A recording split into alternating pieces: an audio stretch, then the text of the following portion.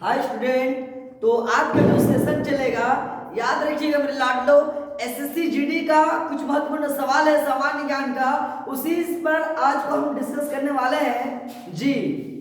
यदि आप चैनल में नए हैं तो हमारे चैनल को जरूर सब्सक्राइब करें और कंपटीशन से रिलेटेड वीडियो देखने के लिए अपने दोस्तों को जरूर शेयर करें जी। याद रखिएगा, ब्लीचिंग पाउडर का रासायनिक सूत्र क्या है? ब्लीचिंग पाउडर की याद रखिए लाड लो, जो रासायनिक सूत्र है CaO, क्या बोले? CaOCl2।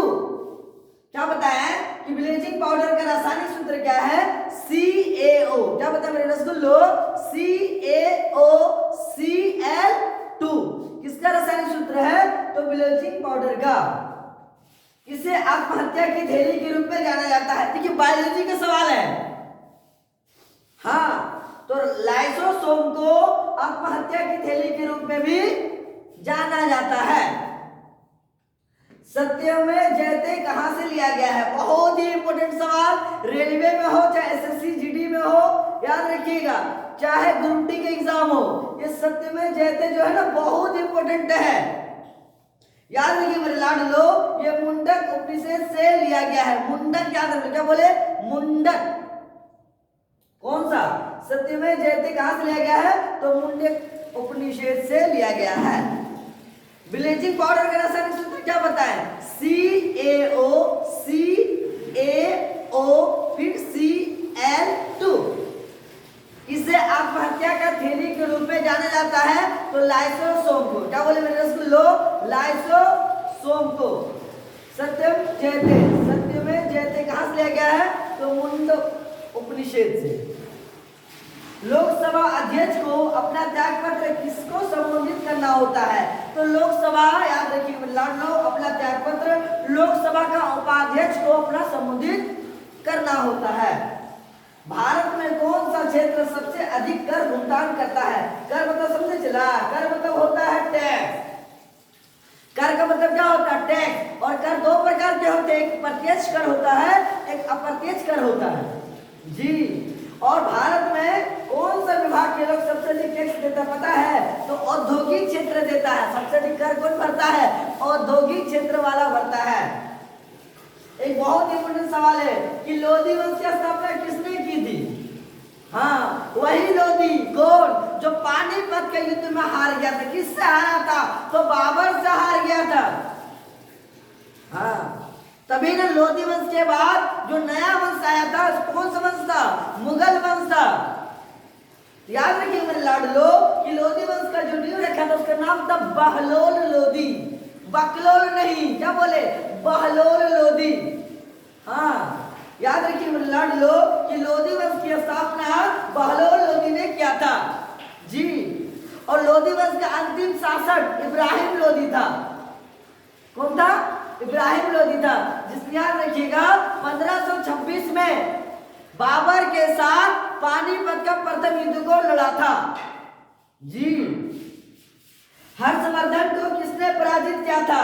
हर्षवर्धन को याद रखिएगा मेरे लाडलो, पुलकेशिन ने पराजित किया था। हर्षवर्धन को किसने पराजित किया था? तो पुलकेशिन ने पराजित किया था जी। किस गवर्नर जनरल का नाम राज्य हड़प नीति के साथ जुड़ा है? जब भी राज्य हड़प नीति की बात किया जाए तो याद रखिएगा मेरे लाडलो, लॉर्ड डलहौजी। अरे मेरे लाडलो सुनो सुनो, 1857 के विद्रोह से पहले गवर्नर कौन था? लॉर्ड डलहौजी था ना जी। याद रखिएगा मेरे लाडलो, हड़प नीति किस गवर्नर ने लागू किया था? तो लॉर्ड डलहौजी ने लागू किया था। हाल ही में याद रखिए मेरे लाडलो, डॉक्टर अंबेडकर साहब जी, भारतीय संविधान का जनक कहा जाता है। अब भीमराव अंबेडकर का जन्म कब हुआ था? 14 अप्रैल। साल आप कमेंट में बताओगे। डॉक्टर भीमराव अंबेडकर का जन्म 14 अप्रैल। साल आप कमेंट में बताओगे, कमेंट सेक्शन में जरूर बताओगे सारे बच्चे जी। याद रखिएगा, हाल ही में डॉक्टर अंबेडकर राष्ट्रीय स्मारक की स्थापना किस स्थान पर अप्रैल में 2018 में की गई थी? तो नई दिल्ली में की गई थी। किसका स्मारक? डॉक्टर भीमराव अंबेडकर का। देखिए अप्रैल आ गया ना, 14 अप्रैल है, 14 बोले अप्रैल लेके आ गया। साल कमेंट में हम जरूर बताओगे जी। याद रखिएगा लोकमान्य किसे कहा जाता है, जिसे झारखंड में गुरुजी किसे कहा जाता है, शिबू सोरेन को। उसी तरह लोकमान्य किसे कहा जाता है, बाल गंगाधर तिलक को। हाँ ये उपनाम है।